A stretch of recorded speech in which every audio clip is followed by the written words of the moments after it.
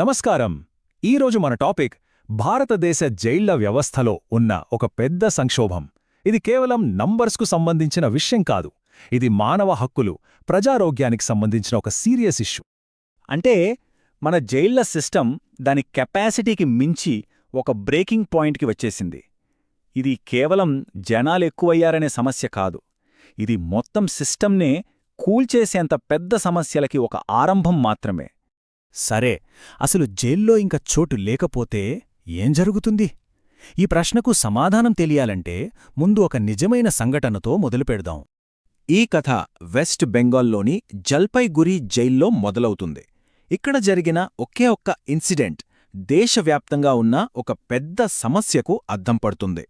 ఇక్కడ షాకింగ్ విషయమేంటంటే, మామూలుగా అయితే చాలా తేలిగ్గా తగ్గిపోయే హెర్పెస్ సింప్లెక్స్ వైరస్ ఆ జైల్లో ఉన్న పరిస్థితుల వల్ల ప్రాణాంతకంగా మారింది. అంటే ఈ వైరస్ స్ప్రెడ్ అయి ఎన్సెఫలైటిస్ అనే ఒక సీరియస్ బ్రెయిన్ ఇన్ఫెక్షన్కి దారితీసిందన్నమాట. ఈ నంబర్స్ చూస్తే ఆ ఇన్సిడెంట్ ఎంత తీవ్రమైందో క్లియర్గా తెలుస్తుంది. చూడండి, ఒకే ఒక వైరస్ వ్యాప్తి వల్ల ఏకంగా 7 చనిపోయారు, మరో 92 మందికి ఇన్ఫెక్షన్ సోకింది. దీనికి మెయిన్ రీజన్ ఏంటంటే జైల్లో మినిమం క్లీనినెస్ లేకపోవడం, ఇన్ఫెక్ట్ అయిన వాళ్ళని సెపరేట్గా ఉంచే ఫెసిలిటీస్ కూడా లేకపోవడమే. అయితే జల్పాయిగురిలో జరిగింది ఒక చిన్న ఉదాహరణ మాత్రమే. ఇప్పుడు ఈ సమస్య దేశవ్యాప్తంగా ఎంత పెద్దదో ఒకసారి చూద్దాం. ఇది ఒక్క జైలు కథ కాదు, దేశంలో దాదాపు ప్రతి జైల్లోనూ ఇదే పరిస్థితి. ఈ చార్ట్ చూడండి, పరిస్థితి ఎంత దారుణంగా ఉందో మనకే అర్థమవుతోంది. Prison statistics of India data ఏం చెప్తోందంటే దేశవ్యాప్తంగా జైళ్లు వాటి కెపాసిటీకి 170% నిండిపోయాయి. సింపుల్గా చెప్పాలంటే 100 మంది ఉండాల్సిన ప్లేస్లో 170 మందిని కుక్కేస్తున్నారన్నమాట. ఒకసారి ఊహించుకోండి, 100 మందికి సరిపోయే ఒక రూంలో 500 మందిని బలవంతంగా తోస్తే ఎలా ఉంటుంది? కనీసం ఊపిరి పీల్చుకోవడానికి కూడా గ్యాప్ ఉండదు. పరిస్థితి అచ్చం అలాగే ఉంది. ఇక్కడ మనం గుర్తుపెట్టుకోవాల్సిందేంటంటే ఈ 170% అనేది జస్ట్ యావరేజ్ మాత్రమే. దేశంలో కొన్ని జైళ్లలో అయితే పరిస్థితి ఇంకా దారుణం. అక్కడ కెపాసిటీకి 4 రెట్లు అంటే 400% ఎక్కువ మంది ఖైదీలున్నారు. సరే, ఇంత కిక్కిరిసిపోయి జనాలున్నప్పుడు జైళ్లు రోగాలకు అడ్డగా మారడంలో ఆశ్చర్యమేముంది? ఈ ఓవర్ క్రౌడింగ్ అనేది ప్రజారోగ్యంపై ఎలాంటి ఎఫెక్ట్ చూపిస్తుందో చూద్దాం. ఈ టేబుల్లో కొన్ని నిజాలున్నాయి.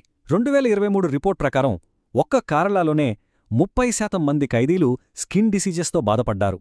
అంతేకాదు, ల్యాండ్సెట్ పబ్లిక్ హెల్త్ 2023 స్టడీ ఏం చెప్తుందంటే బయట జనాలతో పోలిస్తే జైళ్లలో ఉన్నవాళ్లకి టీబీ వచ్చే రిస్క్ 5 రెట్లు ఎక్కువట. అసలు ఈ జబ్బులు ఎందుకు ఇంతలా వ్యాపిస్తున్నాయంటే రీజన్స్ చాలా క్లియర్. గాలి, వెలుతురు సరిగ్గా రాని రూమ్స్, ఏమాత్రం శుభ్రత లేకపోవడం, కూలిపోవడానికి సిద్ధంగా ఉన్న బిల్డింగ్స్, ఇవన్నీ కలిసి జైళ్లని రోగాల ఫ్యాక్టరీలుగా మార్చేస్తున్నాయి. ఈ సంక్షోభానికి ఇంకో పెద్ద కారణం ఉంది. అదే మెడికల్ స్టాఫ్ కొరత. ఖైదీలకు జబ్బు చేస్తే వాళ్లకి ట్రీట్మెంట్ ఇవ్వడానికి డాక్టర్లే లేరు. ఈ చార్ట్ చూస్తే మైండ్ బ్లాక్ అవటం ఖాయం. దేశంలోని జైళ్లల్లో ఉండాల్సిన మెడికల్ ఆఫీసర్ పోస్టుల్లో దాదాపు 43% ఖాళీగా ఉన్నాయి. అంటే ఆల్మోస్ట్ సగం వైద్య సేవలు అందుబాటులో లేవనే కదా అర్థం. 5,70,000 ఈ నంబర్ గుర్తుపెట్టుకోండి. ఇది మన దేశంలోని జైళ్లల్లో ఉన్న మొత్తం ఖైదీల సంఖ్య.